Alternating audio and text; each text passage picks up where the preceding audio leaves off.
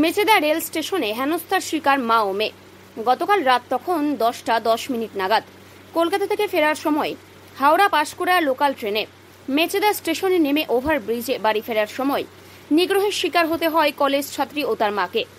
জানা যায়, কলেজ ছাত্রী তার মায়ের সাথে কলকাতা থেকে বাড়ি ফিরছিল। সেই সময় এক অপরিচিত ব্যক্তি সেই কলেজ ছাত্রীকে হেনস্থা করে বলে অভিযোগ। চিৎকার করাতে ছুটে আসে তার মা, তাকেও শারীরিক নিগ্রহ করা হয় বলে অভিযোগ। ভুক্তভোগী মা ও মেয়ের অভিযোগ, চিৎকার করাতেও কেউ ছুটে আসেনি, এমনকি রেল পুলিশ এবং জিআরপিকে ডাকলেও কারো সাড়া মেলেনি।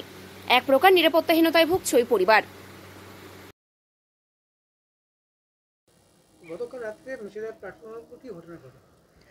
আমি একজন স্টুডেন্ট। আমি হাওড়া থেকে ফিরছিলাম। আমি পাঁশকুড়া লোকালে ছিলাম। তো মেচেদাতে পাঁশকুড়া লোকালটা ঢোকে তখন 10:10। আমি এরকমই প্রতিদিনই প্রায় আসি।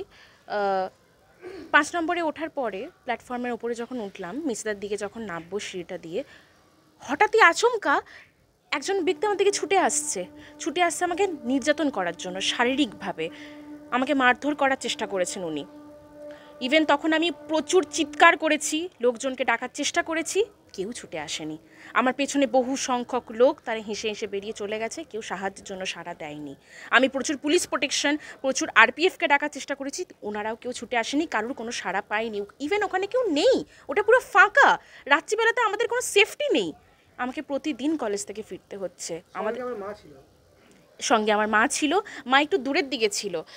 ইভেন আমার সাথে যখন এভাবে আমাকে মারতে আসে, মারধর করতে আসছে, যখন আমি চিৎকার করেছি তখন আমার মা পেছন থেকে ছুটে আসে, এবং ছুটে এসে যখন আমার মা আমাকে প্রোটেক্ট করার চেষ্টা করে তখন উনি আমার মাকে স্ল্যাং ল্যাঙ্গুয়েজে কিস্তি খোয়ারি দিচ্ছে, খুব বাজে রকম রাফ ভাষা ইউজ করেছেন। তখন আমার মা থাকতে না পেরে আমার মাও লোকজনকে ডাকার চেষ্টা করেছে, চিৎকার করেছে, কান্নাকাটি করেছেন। আমরা ভেঙে পড়েছি, আতঙ্কে ভেঙে পড়েছি।